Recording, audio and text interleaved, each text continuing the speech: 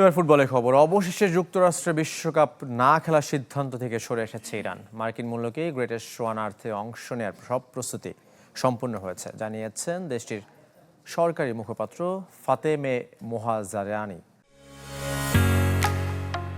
ঢালাইয়ের সেরা premier cement. যুক্তরাষ্ট্রের মাটিতে বিশ্বকাপ খেলবে ইরান। নানা জল্পনা কল্পনা শেষে চলমান যুদ্ধবিরতির মাঝে সুসংবাদ দিয়েছে দেশটির সরকার। ইরানের রাষ্ট্রীয় গণমাধ্যমে দেয়া এক সাক্ষাৎকারে পার্সিয়ান লায়ন্সদের বিশ্বকাপে অংশগ্রহণের খবর নিশ্চিত করেন সরকারি মুখপাত্র ফাতেমে মোহাজেরানি।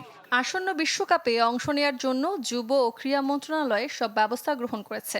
আসরের পূর্ণ প্রস্তুতিতে তাদের পক্ষ থেকে সার্বিক সহায়তা দেয়া হয়েছে। আমাদের ফুটবলাররা সফল একটি বিশ্বকাপের জন্য মুখিয়ে আছে। ইরানের বিশ্বকাপ অনিশ্চয়তার মাঝে ইতালিকে সুযোগ দেওয়ার অদ্ভুত দাবি করেছিলেন যুক্তরাষ্ট্র প্রেসিডেন্ট ডোনাল্ড ট্রাম্পের দূত। তবে ইরান সরকারের বিবৃতির পর যা অপ্রাসঙ্গিক হয়ে পড়েছে। গত 28 ফেব্রুয়ারি থেকে ইরানের উপর যৌথ হামলা চালায় যুক্তরাষ্ট্র ও ইসরায়েল।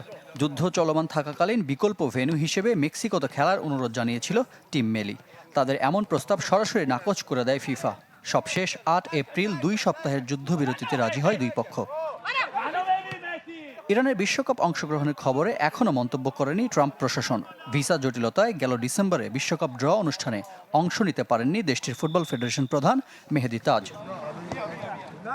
কোন প্রক্রিয়ায় ভিসা পাবেন ইরানি ফুটবলার, টিম ম্যানেজমেন্ট তা এখনও স্পষ্ট নয়। দায়িত্ব নিতে হবে ফিফাকে। রিফাত হোসেন, চ্যানেল 24।